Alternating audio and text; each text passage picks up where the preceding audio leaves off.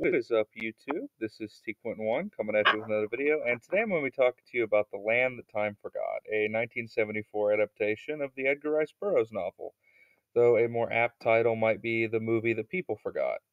While a decent success upon release, enough to spawn a sequel a few years later, it's not exactly remembered as a classic today. I really wish I could tell you that this is a misunderstood gem that really needs a little more love from modern audiences, but I can't.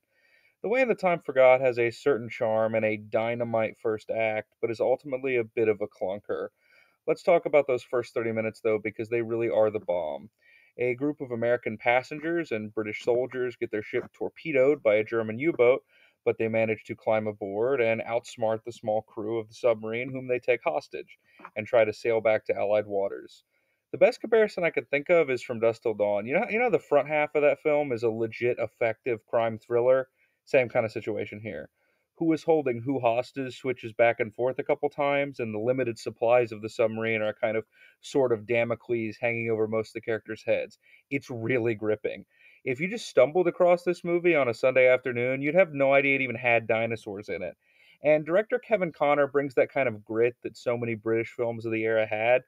You know what I'm talking about. It's just kind of dirty, like Hell House or The Wicker Man, and it does help this movie stand apart from all the other films in the lost prehistoric world genre, which were a dime a dozen even back then. Sadly, a genuinely great first act is arrested pretty much as soon as we get to the island. I knew there was an issue the second someone pointed out a fucking herd of pterodactyls, and everyone was just kind of like, "Oh, cool." The island of Caponia, as it's called in the film, never holds as much wonder as it should. And it's not because of the dated puppet effects. Those are actually quite charming. And Connor does a good job making a bunch of rubber hand props feel big and grand. The sound design helps a lot with that too, from the concussive blasts of water that accompanies an emerging sea creature to the constant ambience of the island. No, the real problem is the script. Pretty much as soon as the U boat reaches the island, the tense dynamic between the Germans and the stowaways vanish. They're just like, well, there's no war here. We might as well work together. And I guess that makes sense, but it should have been developed a lot more. Also, while cribbing liberally from famous examples of the genre isn't a crime, it's hard not to feel like you're watching a great value version of better movies. King Kong's a good example. Obviously, the two films share a lot of similarities, but unlike that movie, this one doesn't have any chief threat. There's an occasional monster or caveman they have to fend off, but that's it. It'd be far more effective if there was some sort of apex dinosaur. Like all the Jurassic Park films have one, something like the Indominus or the Spinosaurus. The other most obvious influence is Disney's Swiss Family Robinson. But see, in that movie, all the characters are distinct. They all have unique personalities and bring something interesting to the group dynamic.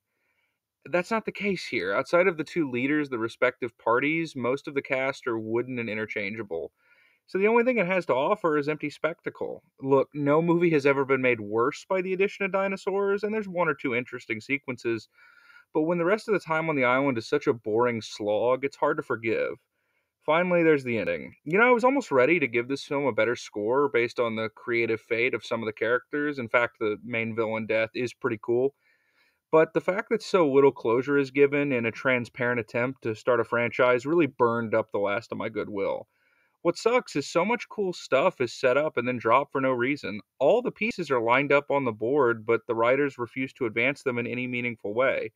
I mean, why expand on a fascinating core dynamic when you can have fake looking Triceratops yell at the camera? So, if you can't tell, I was really disappointed in The Land That Time Forgot, and while I think Kevin Connor deserves credit for what he brought to the direction of this movie, it's in service of a shit script, and there's only so much you can do about that. Look, I'm curious about his other work. I might even cover some of it on this channel in the future, but this movie really is not worth watching, even free on YouTube. I'm going to give it a 5 out of 10, pretty much based solely on the strength of those first 30 minutes, but I can't recommend this. This is T1 signing out.